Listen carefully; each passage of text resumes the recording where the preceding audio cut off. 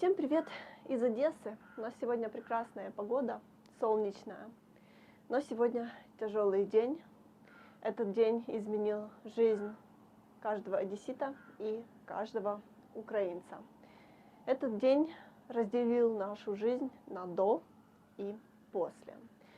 Каждый из нас, наверное, никогда не забудет то самое 24 февраля 2022 года. Ночь, где-то 4-5 утра. Я жила в очень высоком доме в Одессе, недалеко от моря. И проснулась от каких-то непонятных звуков. Дом один стоял, возле него ничего, он еще такой в одной из самых высоких точек Одессы, над уровнем моря. И помню такие звуки: вжух, вжух, вжух, вжух. И в тот момент я проснулась, не могу понять, что происходит. Беру свой телефон и читаю: в Украине полномасштабное вторжение.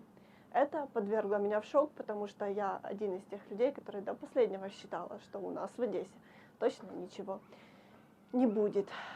С чего началось наше утро? С обзвона всех родных и близких. Что происходит, у всех ли все в порядке, потому что в городе были слышны первые взрывы.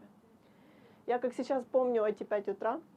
Я схватила ключи от машины, потому что я знала, что у меня очень мало дизеля в баке. Поехала на заправку, и я такого в жизни никогда не видела. В городе был полнейший коллапс. На заправках стояли очереди просто длиною на всю улицу. Я объездила 2 района города, я поняла, что я просто не смогу там столько стоять, и только на одной улице я поняла, что там хоть какая-то по длине, короче, вот эта очередь на заправку за топливом. Я простояла в этой очереди с 6 утра до 11 часов утра.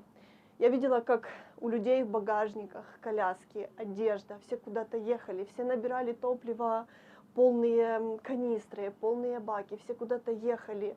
Ира перед этим переболела очень сильно омикроном. Мама очень сильно заболела в тот момент омикроном. Она колола себе антибиотики, у нее была высокая температура. Мы поняли, что ситуация ужасная, и надо объединяться, ни в коем случае не быть отдельно друг от друга, потому что в городе уже были слышны взрывы, и мы даже друг к другу боялись ездить. Я предложила ехать ко мне, потому что у меня в доме был очень глубокий паркинг, и мы поняли, что если будут какие-то взрывы, обстрелы, то мы хоть там сможем спрятаться. У меня на фоне стресса с начала войны я очень остро отреагировала на все. Мне было настолько страшно, никогда в жизни до этого не было так страшно. У меня сжала так челюсть, что я не могла жевать еду. Вот так стресс на нас всех повлиял. Начались первые тревоги, начались первые угрозы ракет. Маме было плохо, у нее высокая температура, а мы с Ирой, мы не спали вообще. Просто вот вообще не спали. Еще не было таких оповещений тревог, еще не было такого, как сейчас. Вообще все было по-другому, и была все время ракетная угроза, и мы с Ирой вообще не спали. Вот это все время в пабликах читали, что тревога, что где происходит. И тогда начался Мариуполь. Мариуполь — это была просто катастрофа, и почему-то мне в тот момент и с Ирой казалось, что у нас будет так же. Это чувство мы боялись, честно, выходить даже за продуктами в магазин. Я помню первые тревоги. Мы бежали все в паркинг, достаточно с высокого этажа, люди с детьми, с собаками, бежал просто весь дом. И я помню, когда люди спускались к паркингу, была тишина, и вот еще какие-то листья, вот там возвышенность такая была. Я помню вот этот сигнал воздушной тревоги, вот эти шуршащие листья, и просто мертвая тишина. Это те воспоминания, которые не забудутся никогда.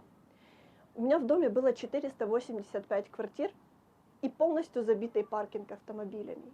И каждую тревогу мы спускались в паркинг, автомобилей, людей становилось меньше. Через несколько дней из 485 квартир осталось просто считанные квартиры. Абсолютно все куда-то ехали за город, кто мог выезжать за границу, просто все разъезжались. И прошла неделя, началась следующая. Я категорически не хотела оставаться в Одессе.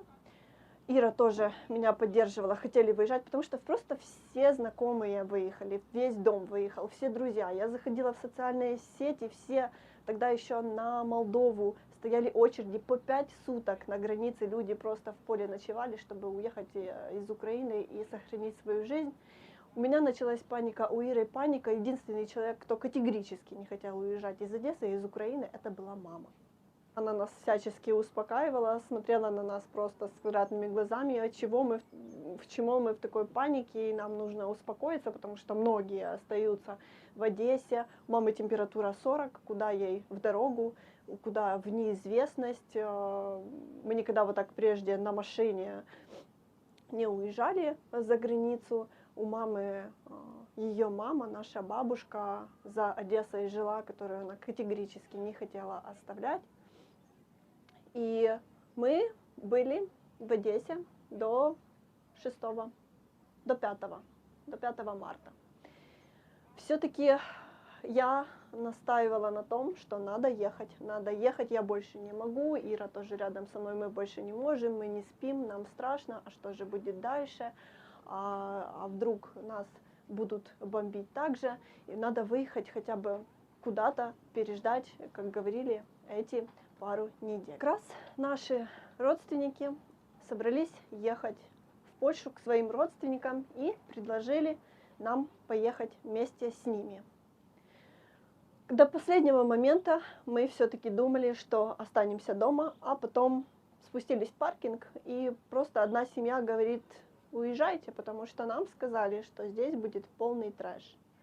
И ночью, где-то в часов 12, в час, мы решили, что в 5 утра вместе со своими родственниками мы выезжаем через Молдову в Польшу.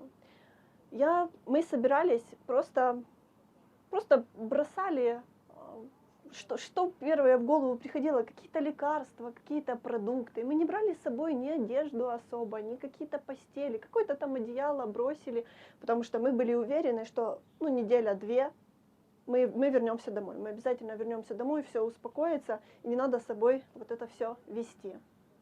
Одесса в тот момент не выглядела как сейчас. По городу везде были ежи, мрак, стояли люди, стояли военные. Возле оперного театра было все в мешках, все в ежах, фанерой были забиты все рестораны.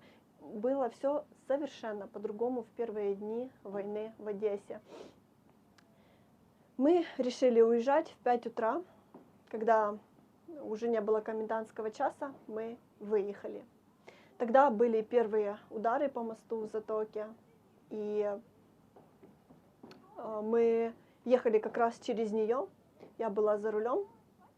Скажу вам честно, когда мы доехали до границы с Молдовой, я остановилась на границе, мало того, что я плакала, у меня вот так вот по ладоням тек пот, потому что я настолько переживала в дороге, что что-то прилетит в машину, в очередь машин, в пробку, что я, когда подъехала просто к границе, я расплакалась. Тогда на границах были огромные очереди, не такие, как в первые дни, но тем не менее пришлось стоять достаточно долго. Мы заехали в Молдову, проехали Молдову, переночевали там, поехали на Румынию. А до этого мама очень боялась уезжать куда-то далеко из Одессы, потому что за городом жила ее мама, наша любимая бабушка, и она очень боялась далеко ехать, что, не дай бог, что-то случится, а она не будет рядом. Мы заезжаем в Румынию, едем дальше, начинаются ужасные метели, начинаются ужасные снегопады, и нам звонят наши родственники и говорят о том, что наша бабушка умерла. Мы в дороге, у мамы температура 40, метель, а у меня машина низкая была, такая просто, она днищем чухала дороги, когда ехала. Мы в полном шоке, я за рулем, мы непонятно где. карточки нету, навигация работает вот так без карты по стране. Мы не покупали местную карточку, потому что мы просто проездом. Интернет только можно было в отелях по Wi-Fi связываться, по роумингу. Мы в полном ужасе, мама в полном шоке, потому что в нашей жизни трагедия. Куда возвращаться, дороги заметает. Мы одни, втроем. Границу на какой-то период времени, я не помню, что тогда случилось, в Молдове закрыли. В местности, в которой живет бабушка, в эту ночь были ужасные обстрелы, там больше 100 каких-то ракет прилетело, все в полном шоке, мама боится нас оставлять одних, возвращаться, ей плохо, мы в полном ужасе, в полной панике, и что же делать дальше? И сохраняя нашей жизни, наше здоровье, мама решает, что мы не возвращаемся. Во-первых, мы даже не успеем на похороны. Во-вторых, она переживала очень сильно за нас. Вот такая трагедия случилась у нас в жизни. Нами было принято решение ехать дальше. Мы попали в метель.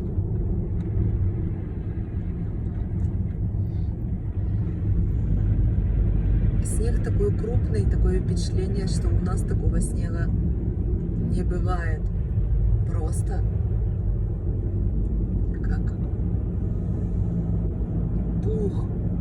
А сегодня 8 марта. Мы едем дальше в Польшу через румынские горы, через Словакию, Венгрию. Как вы понимаете, мы практически в тишине ехали, потому что это был ужас. 8 марта, у бабушки были похороны, мы в дороге. Переночевали в Румынии в отеле, едем дальше. Нам осталось 650 километров до Польши. Викочка за рулем, заплаканные, бежим из Украины. А снега выше пояса.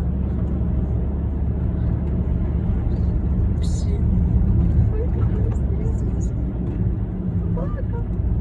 Вообще, какой снег. Вообще.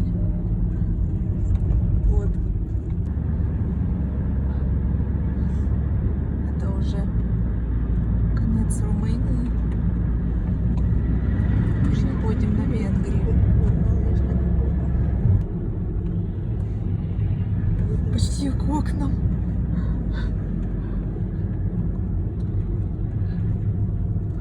Я давно сколько снега не видела. И через 100 километров после снега. Через 100. Меньше. Километров 70. А проехали. Все по-другому. Венгрия.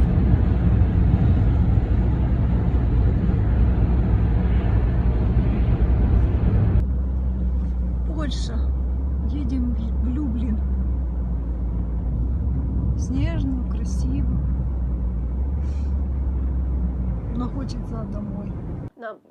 Едем на Польшу, нам пообещали там родственники, что нам найдут квартиру. Мы заехали в Польшу ночью, тоже еще не успели купить карточку, потерялись в одном из городов. Мы ехали в Люблин, целенаправленно ехали в Люблин. Приезжаем, уставшие, побитые горем, стрессами, ужасом, исхудавшие за эти 4-5 дней. И нам среди ночи говорят, что квартиру нам не нашли. Чтобы вы понимали, забито было все. Все отели, просто все было забито украинцами, потому что все в первые дни массово выезжали в Польшу, особенно там со стороны Киева. Поляки очень сильно помогали, поляки всех встречали. И мы просто у знакомых остаемся одну ночь, потом другую ночь, я уже не помню, где мы переночевали, и понимаем, что Польша нас не встречает жильем, и что нам делать дальше, куда нам дальше ехать. Мы просто изнеможденные уже от этого всего. И получается, наших родственников еще одна дальняя родственница взяла нас к себе домой, за что мы ей очень благодарны, и помогла нам найти квартиру. Это было непросто, но квартиру она нам нашла. И так получилось, что тогда мы еще не знали, что нельзя арендовать жилье на месяц, на пару недель, а минимально его в нашем случае можно было арендовать на полгода. И даже если ты уезжаешь, то за квартиру все равно придется заплатить за этот срок.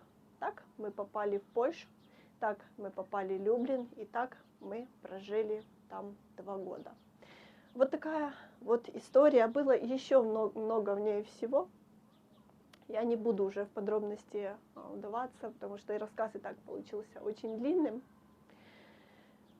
Мы встретили в Польше очень много хороших людей, добрых людей, которые действительно помогали, и мы это добро не забудем никогда. Мы прожили там 2 года, и каждый день, живя там, мы думали, что вот-вот закончится война, и мы поедем домой. Но, к сожалению, сегодня 2026 год, 24 февраля, сегодня начало 5-го года войны. А в тот момент мы думали, что это всего лишь на 2 недели. Я уже вся растрогалась так. Сейчас мы уже, как бы это грустно ни звучало, привыкли к такой жизни. Она становится с каждым годом все сложнее. У нас различные трудности, у нас постоянные обстрелы. Но несмотря на это, город не такой мрачный, как был в первые дни войны. Люди научились жить, несмотря ни на что. Хотя у каждого, как я сказала, своя трагедия. Я знаю многих людей, многих парней, мужчин, которых, к большому сожалению, уже нет в живых, и этому и виновата война. Это были молодые, замечательные ребята, с такой чистые, светлые, прекрасные люди. Но, к сожалению, их жизни унесла эта война, как и многих-многих других людей. Она принесла очень много горя в нашей жизни, и она очень сильно изменила нашу жизнь и изменила нас. У нас не было такого, что мы куда-то выходили в город, в Польше в первые дни, что что-то хотели, каких-то новых впечатлений. Мы просто больше месяца просидели дома с телефоном в ожидании того, что закончится война, что вот-вот мы едем домой, вот-вот мы уже едем, надо домой. Но этого не случилось. Рассказывая эту историю, я хотела показать то, как не просто каждому украинцу, сколько эта война принесла горя, сколько разрушенных судеб, разрушенных семей, разрушенных жизней, домов, и столько боли. К сожалению. Такое грустное получилось видео, но очень захотела с вами поделиться тем, как это все происходило в нашей жизни.